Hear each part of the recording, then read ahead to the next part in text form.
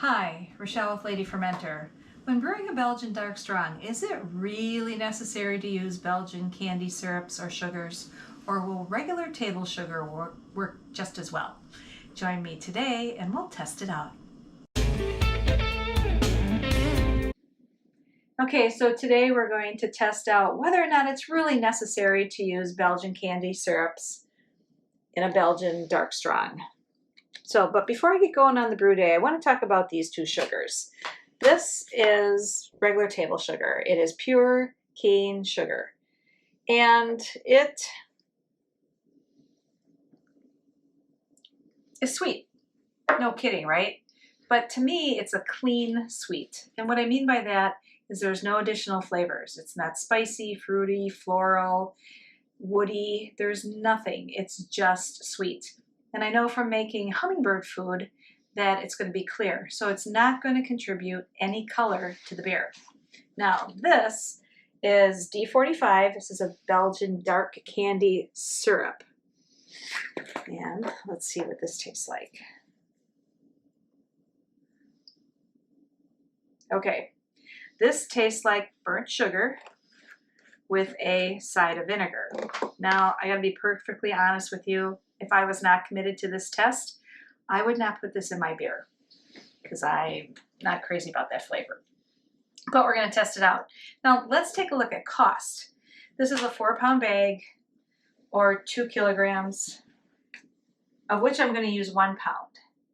And that would be about a little bit less than half a kilogram, so I think it's 0.454 kilograms.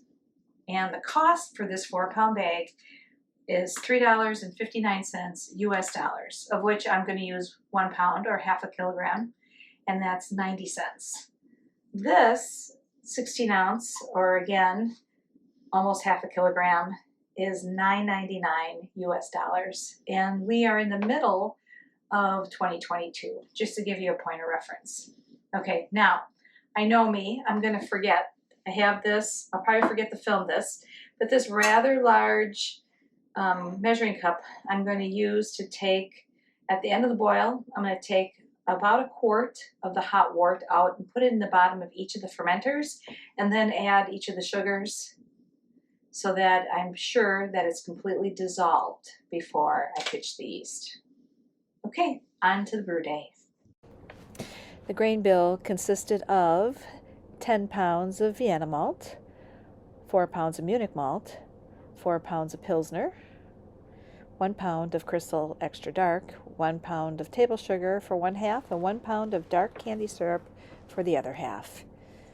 In kilograms, it's 4.54 kilograms Vienna malt, 1.81 Munich malt, 1.81 Pilsner, 0.45 Crystal Extra Dark, 0.45 table sugar for half the batch, and 0.45 kilograms dark candy syrup for the other.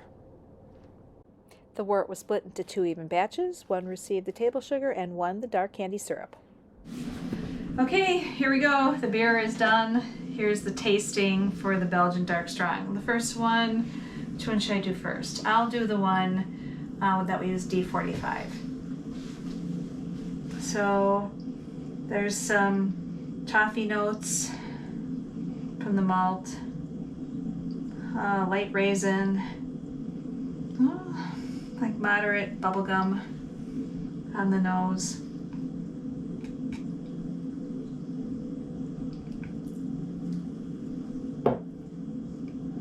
Nice, rich, malty, a little bit of raisin comes through into the flavor.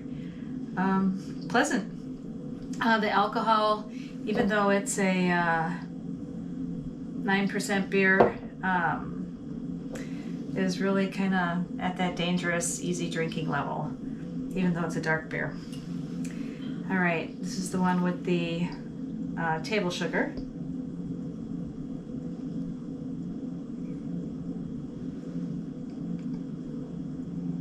This one has a little bit more raisin in the nose, moderate banana, light toffee malt, more like a sweet bread also. And these beers are cold right now, so these will become more complex as the beer warms.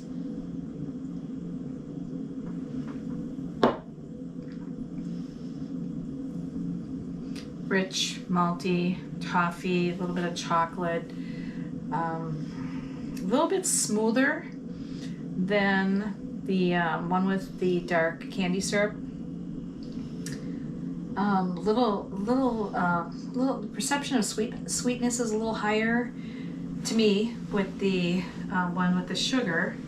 I want to take a close look at the color because that dark candy syrup had a SRM of 45, and I don't see a lot of difference between those two beers. You look from above, just a skosh darker, but really not much. So for me, I'm going to use table sugar because it's a significant cost difference, and I actually like the flavor profile better. And the inspiration for this video came from a fellow homebrewer who was adamant that you had to use dark candy syrups and sugars to make a Belgian Dark Strong. So, and I guess you don't have to. Thanks a pint for watching.